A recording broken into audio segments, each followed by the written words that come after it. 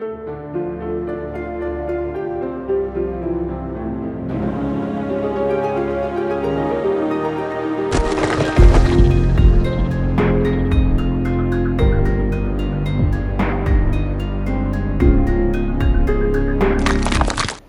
look what I can do. I can block out a head. Ready? Here we go.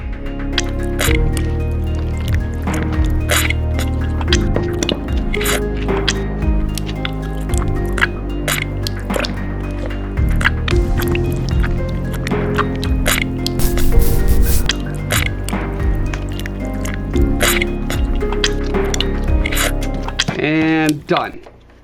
What do you think? I think it's pretty good likeness, huh? Huh? Just kidding. I'm kidding. Not really done. It's not done. Okay, here's the thing though. I found these awesome contact case lids, old ones, and they're about the perfect size and shape for his eyeballs. So that's gonna be pretty cool. Oh, I should mention his face has a lot of angular planes on it, which kind of lends itself to modeling rather than sculpting.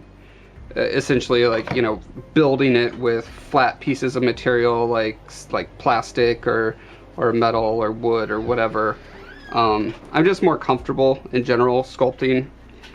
When modeling stuff, there's so much cutting. I always cut off fingers when I do that.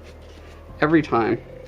Like 10 or 15 fingers every time I try to do it. So I just like sculpting more.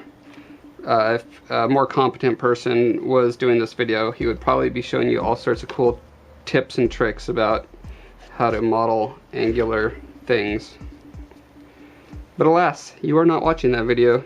You are watching this one.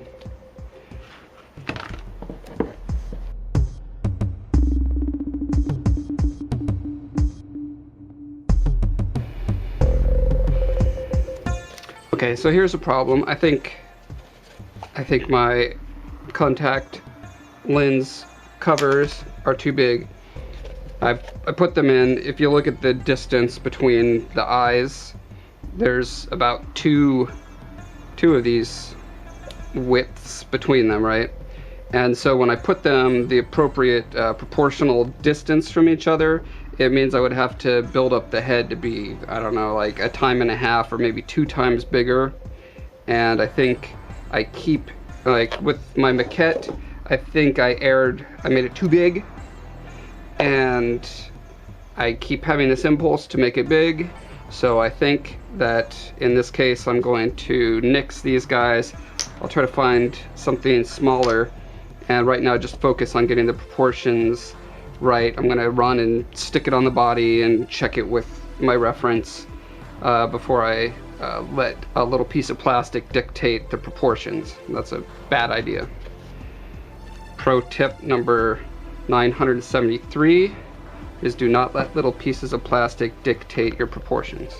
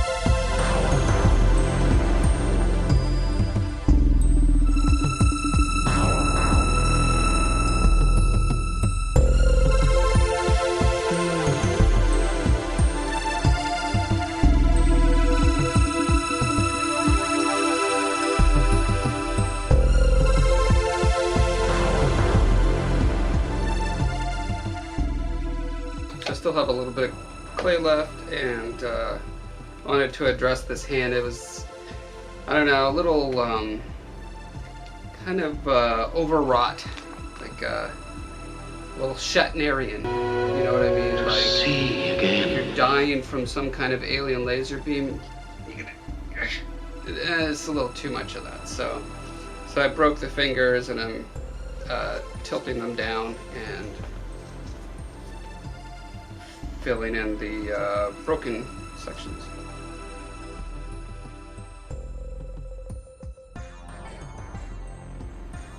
I'm still,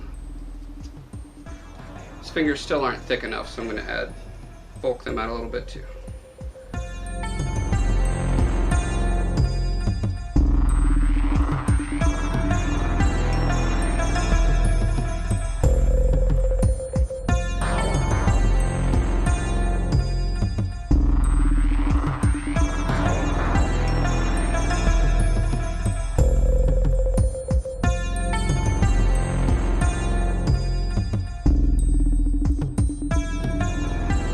I'm still not very happy with this hand.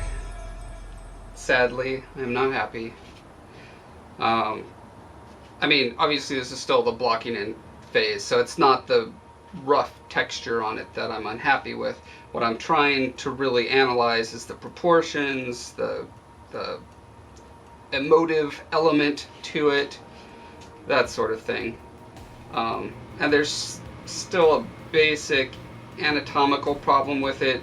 If you look at the way the knuckles are there, and there, it's not following a nice little arc.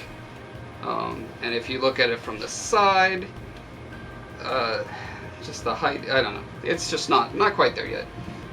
So I'm going to be kind of carving away at it a little bit. I might do some more breaking and repositioning, I don't know. I'm just going to kind of feel it with my heart.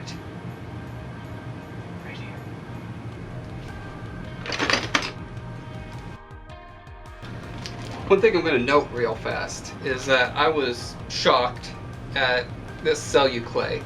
The finished result is extremely durable. It's actually more durable than I was hoping it would be.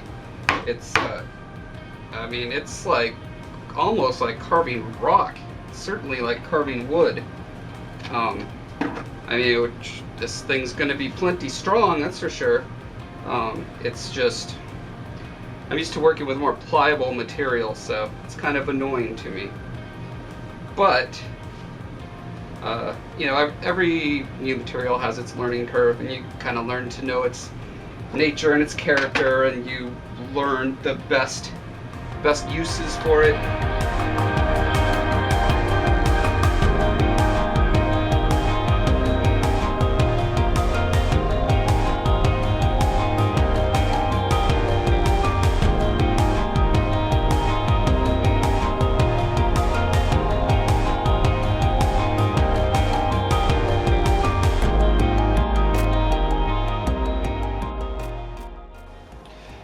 So I'm changing my strategy a little bit as I'm building this out. Previously I was laying it on really thick and counting on being able to go in and just shave down the bumps and stuff. Now that I know how time consuming it is to do that, instead what I'm doing is trying to make sure the surface is as smooth as I can get it for now. And I'm not worried about little cracks and crevices because those are very easy to fill in. I'll give you an example. Here's a crack right there on the thumb, right? So if I just take a little bit of this stuff and just rub it over that,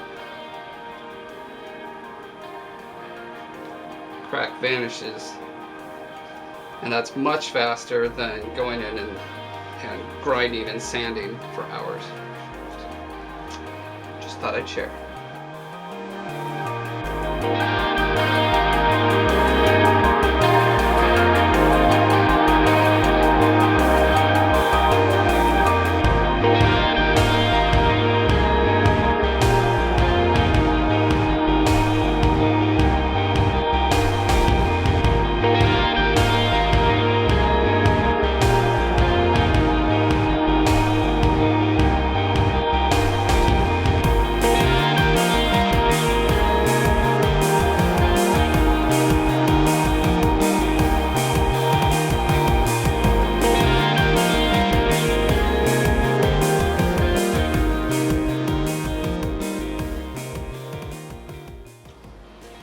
have to decide what to do with his right hand. This pose that it's in now, this kind of semi-fist claw thing, it's what the hand actually does in the game. If you look at the picture there, you can see that. I don't know if I like it. I'm kind of torn about what to do with it. I could turn it into a full fist, which is kind of how I originally envisioned the piece. On the other hand, I do like being accurate. Like I said a while ago, though, you know, if it's accuracy at the cost of an effective piece, then I'll err towards the effective piece, usually. Especially if the reason that the game asset is built that way is because they just couldn't do it another way. And I think that's probably what it is. In order to change an open hand into a fist is incredibly complicated in CG. There's so many muscles and so many skin folds and things that push against each other and flap over each other and stuff. It's just super hard, which is probably why on a PlayStation 2 game they made him do this instead of a fist. So I think, again, I'm just gonna follow my heart. I'm gonna feel my way around for a bit and see what happens.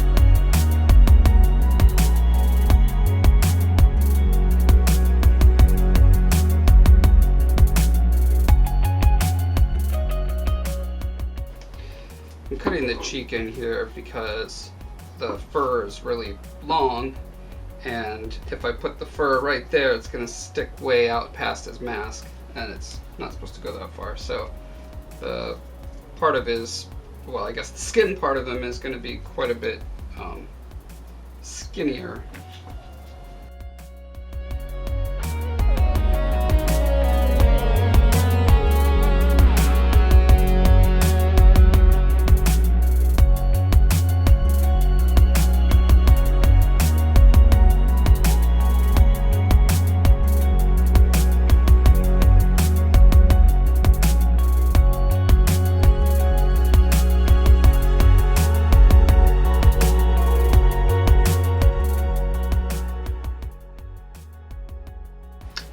Okay, one thing I'm not happy with is the angle that this index finger is pointing. It's the flow of the fingers is generally going this way, except for the index finger, which is going off that way. So I'm going to try to cut into it, reposition it, and set it back in the right. That's part of repositioning, is putting it in the right position. So these fingers are dry enough now where I can go in and do this middle one without disrupting all the other ones. And I'm going to see what I can do about starting to clean up and get the proportions right, the symmetry right, and stuff like that. This is roughed in. I'm fairly happy with where it is proportionately. It's still a little bigger than I like, but I think once I start shaving it down to get all the angles, that'll probably be compensated for. So.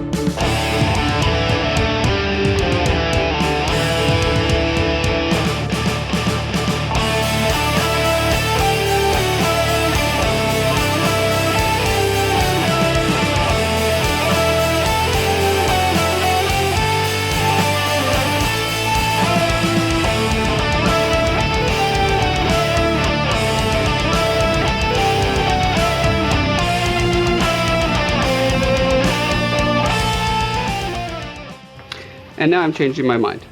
I don't want to put stuff here yet because I want to be able to get sanding tools in here relatively easily to even out the surface here, and if I have a flat area here, it's going to be a lot harder to get my tools in there, so I'm canceling this part.